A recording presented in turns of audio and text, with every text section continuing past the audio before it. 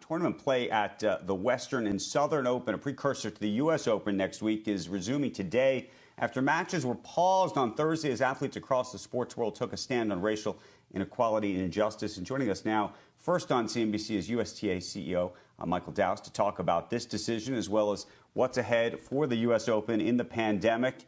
Good morning to you, Michael. This is typically my favorite time of the year, and I love going out to Flushing. And it's just one of the great moments. You're there now.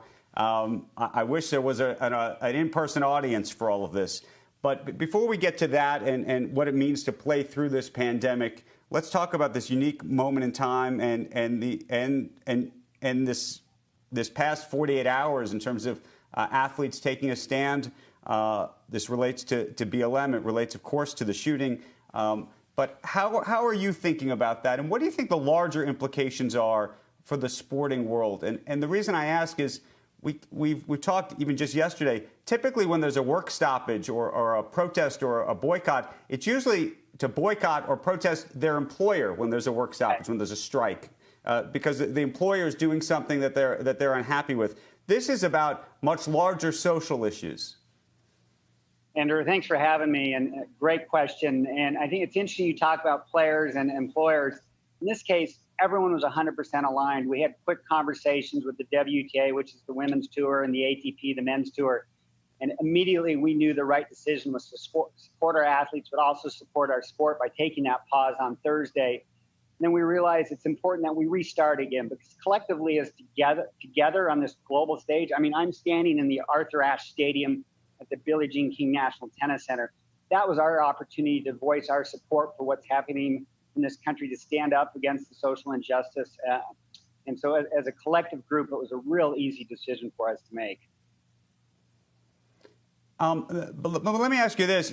You guys did it collectively. The NBA did not start collectively. The NBA started with a team doing it literally moments before a game and to some degree, or to a large degree, forced the issue.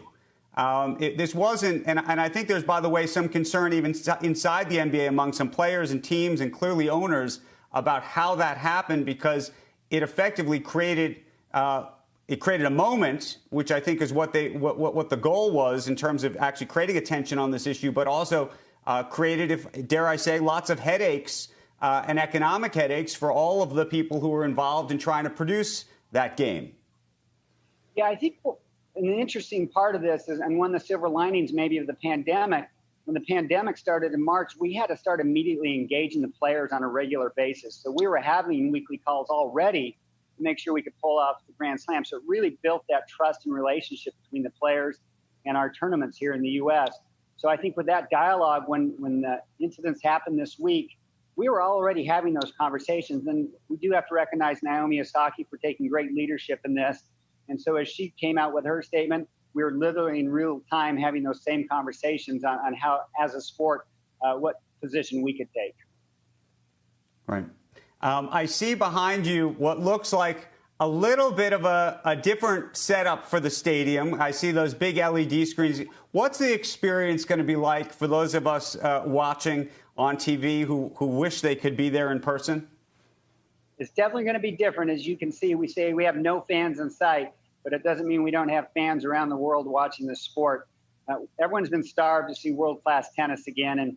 And ultimately, we're very fortunate. We have 30 days of the best players in the world playing. What originally was a crazy idea of moving Cincinnati to New York ultimately happened, but that allowed us to pull this tournament off in a safe and healthy way, also a way that financially made sense. But ultimately, it was good for our sport to take 30 days, put everyone in a bubble, get them here at this great facility, and then showcase our sport around the world.